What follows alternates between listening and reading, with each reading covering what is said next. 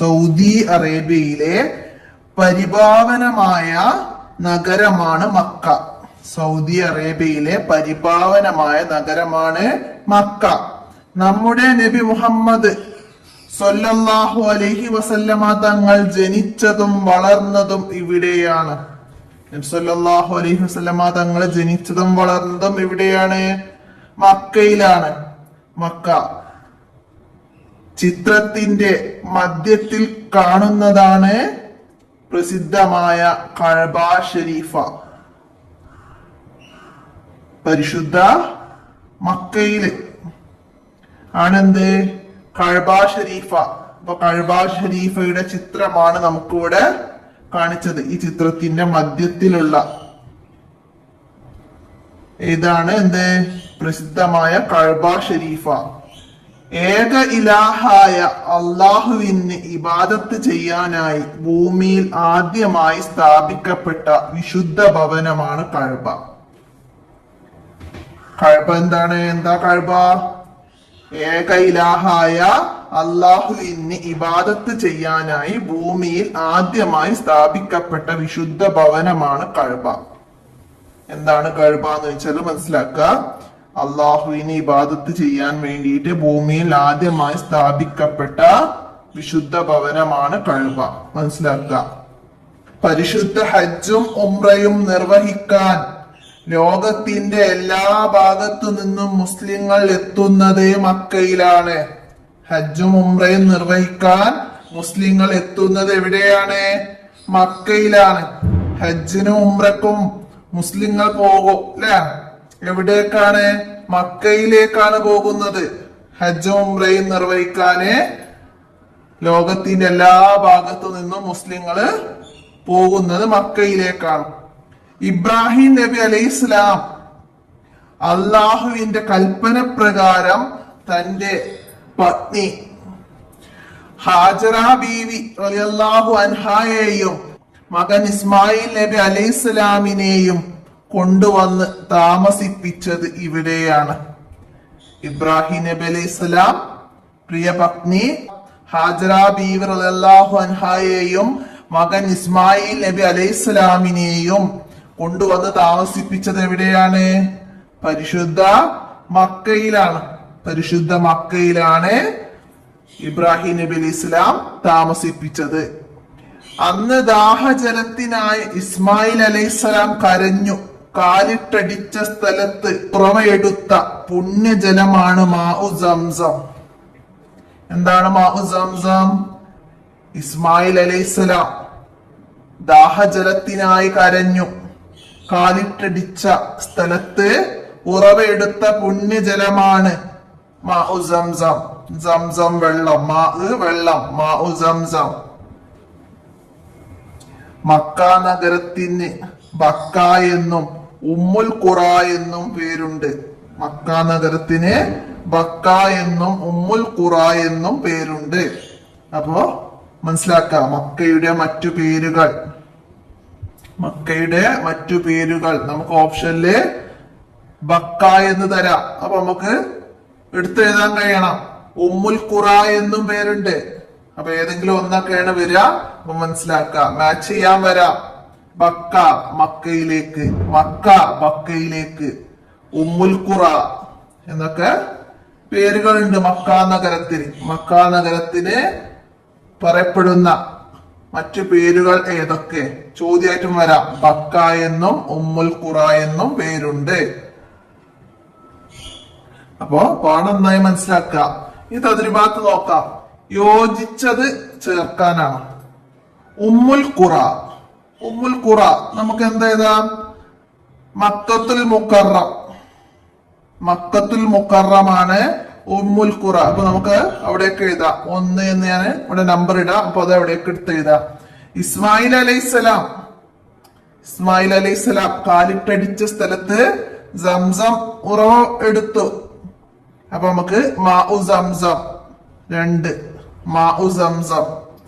പത്നി ഇബ്രാഹിം നബി അലൈഹി ഇസ്ലാമിന്റെ പത്നി ആരാണ്? ഹാജറ റളിയല്ലാഹു അൻഹ. ഹാജറ റളിയല്ലാഹു അൻഹ. അപ്പൊ 3. അടുത്തതാ ആദ്യ ഭവനം. ആദ്യ ഭവനം കഅബ ഷരീഫ് ഇബാദത്ത് ചെയ്യാൻ വേണ്ടി ആദ്യം നിർമ്മിച്ച ഭവനമാണ്. അള്ളാഹുവിനെ ആരാധിക്കാൻ വേണ്ടി ആദ്യം നിർമ്മിച്ച ഭവനമാണ് കഅബ ഷരീഫ്. അപ്പൊ അത് നാലാമത്തെ അവിടേക്ക് എഴുതാം. അപ്പൊ അത് മനസ്സിലാക്കുക. ഇനി ശരിയും തെറ്റും അടയാളപ്പെടുത്താനാണ്. ഇബ്രാഹിം നബി അലൈഹിസ്സലാമിന്റെ ചരിത്രം ഞാൻ കേട്ടിട്ടുണ്ട്. നിങ്ങൾ കേട്ടിട്ടുണ്ടോ ഇബ്രാഹിം നബി അലൈഹി ഇസ്ലാമിന്റെ ചരിത്രം? അപ്പൊ നിങ്ങൾ കേട്ടിട്ടുണ്ടെങ്കിൽ ഇവിടെ ടിക്ക് ചെയ്യുക, കേട്ടിട്ടില്ലെങ്കിൽ തെറ്റിടുക. മനസ്സിലാക്കുക. അടുത്തതാ മാഉ സംസം, ഞാൻ കുടിച്ചിട്ടുണ്ട്. സംസം വെള്ളം നിങ്ങൾ കുടിച്ചിട്ടുണ്ടോ? ഉണ്ടെങ്കിൽ ടിക്ക് ചെയ്യുക, ഇല്ലെങ്കിൽ ക്രോസ് ചെയ്യുക. അടുത്തതാ മക്കത്തുൽ മുക്കറം, ഞാൻ കണ്ടിട്ടുണ്ട്. മക്കത്തുൽ മുക്കറം, മക്കത്തുൽ മുക്കറമ ഞാൻ കണ്ടിട്ടുണ്ട്. വിശുദ്ധ നഗരമായ മക്ക ഞാൻ കണ്ടിട്ടുണ്ട്. ഉണ്ടോ? നിങ്ങൾ കണ്ടവരാണെങ്കിൽ ടിക്ക് ചെയ്യാം, കണ്ടിട്ടില്ലെങ്കിൽ നമുക്ക് തെറ്റിടാം. പിന്നെ എന്റെ വീട്ടിൽ ഉംറ ചെയ്തവരുണ്ട്. നിങ്ങളുടെ വീട്ടില് ഉംറ ചെയ്തവരുണ്ടോ? ഉപ്പ ഉമ്മ അങ്ങനെ ആരെങ്കിലും ഉംറ ചെയ്തവരുണ്ടെങ്കിൽ നമുക്കിത് ടിക്ക് ചെയ്യാം, ഇല്ലെങ്കിൽ തെറ്റിടാം.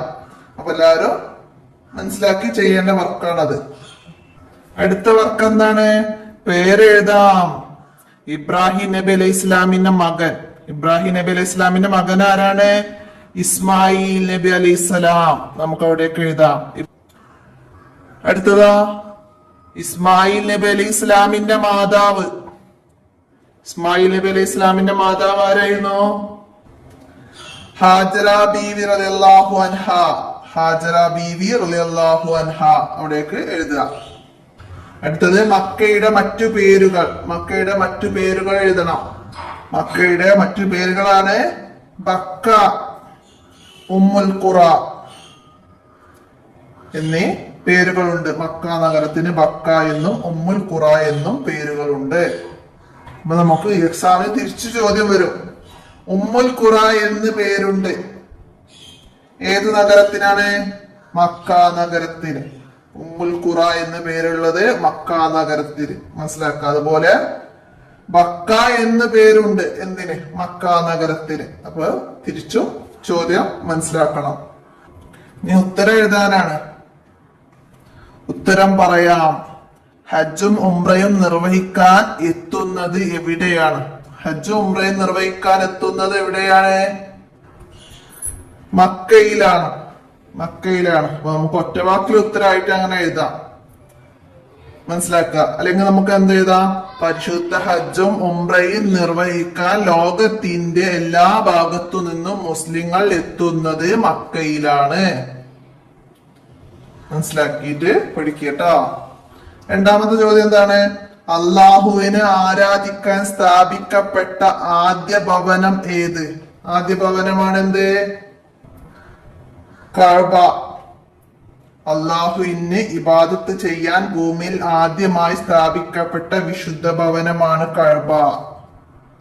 എഴുതുക. മാഉ സംസം ഉറവയെടുത്തത് എവിടെ നിന്ന്? മാഉ സംസം ഉറവയെടുത്തത് എവിടെ നിന്നാണ്? മക്കയിലാണ്. മക്കയിലാണ്. നമുക്ക് ഒറ്റവാക്കിൽ ഉത്തരമായിട്ട് അങ്ങനെ എഴുതാം. മനസ്സിലാക്കുക. അല്ലെങ്കിൽ നമുക്ക് എന്ത് എഴുതാം? ഇസ്മായിൽ അലൈഹിസ്സലാം കരഞ്ഞു കാലിട്ടടിച്ച സ്ഥലത്ത്. ഇസ്മായിൽ അലൈഹിസ്സലാം കരഞ്ഞു കാലിട്ടടിച്ച സ്ഥലത്ത് ഉറവയെടുത്ത പുണ്യജലമാണ് മാഉ സംസം. മനസ്സിലാക്കി എഴുതുക. ദാഹജലം ഉറവയെടുത്തത് എവിടെ നിന്നാണ്? അപ്പൊ ഇസ്മായിൽ അലൈഹിസ്സലാം കരഞ്ഞു കാലിട്ടടിച്ച സ്ഥലത്ത് ഉറവെടുത്ത പുണ്യജലമാണ് മാഉ സംസം. ദാഹജലത്തിനായി വലിയ ആൻസർ ആയിട്ട് എഴുതുമ്പോ ഇവിടെ തന്നെ എഴുതുക. ദാഹജലത്തിനായി ഇസ്മായിൽ അലൈഹിസ്സലാം കരഞ്ഞു കാലിട്ടടിച്ച സ്ഥലത്ത് ഉറവെടുത്ത പുണ്യജലമാണ് മാഉ സംസം. മാഉ സംസം ഉറവെടുത്തത് എവിടുന്നാണ്? ഇസ്മായിൽ അലൈഹിസ്സലാം കരഞ്ഞു കാലിട്ടടിച്ച സ്ഥലത്ത് നിന്ന് ഉറവെടുത്ത പുണ്യജലമാണ് മാഉ സംസം. മനസ്സിലാക്കി പഠിക്കുക.